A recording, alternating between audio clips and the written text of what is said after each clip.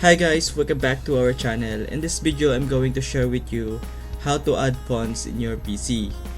So to add fonts in your PC, of course, the first step we will do is to download some fonts in the website.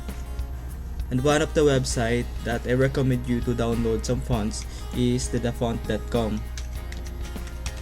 Dafont.com.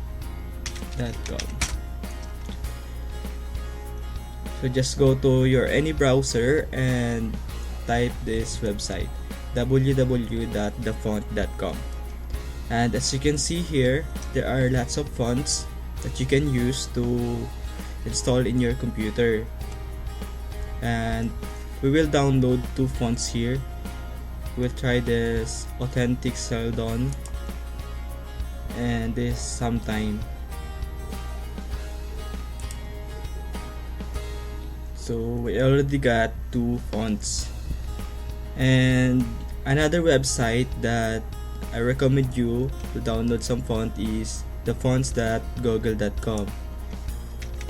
fonts.google.com.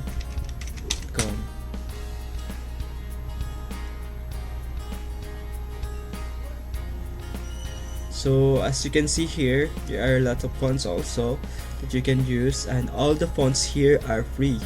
So you just need to choose some fonts that you want to use. So we will choose this Sedgwick Avenue. To download the font, just click this download family. And now we have three kinds of fonts. We'll click this and paste it in the new folder. Here, fonts, and paste it here. And after that, we will extract all these fonts. So we already extracted all our fonts. So it's here: Authentic Celadon, Sedgwick Avenue, and Sometime 3.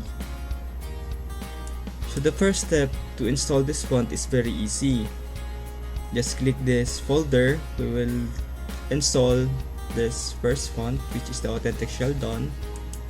Just click this and make sure the file name is OpenType font or the TrueType font. They're the same.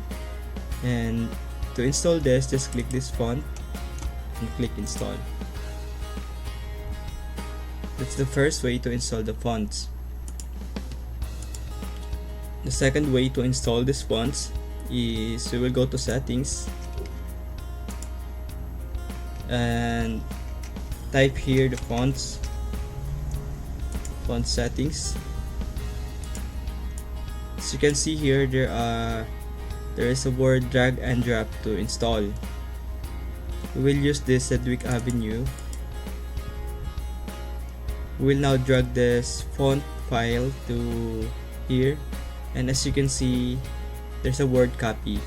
It means that it is ready to drop. Once we drop, it is already installed. And as you can see, the Sedgwick Avenue font is already in the bottom. To uninstall the font, just click this and click uninstall. That's it. The third way is the oldest way to install the font, and we will use the Sometime 3.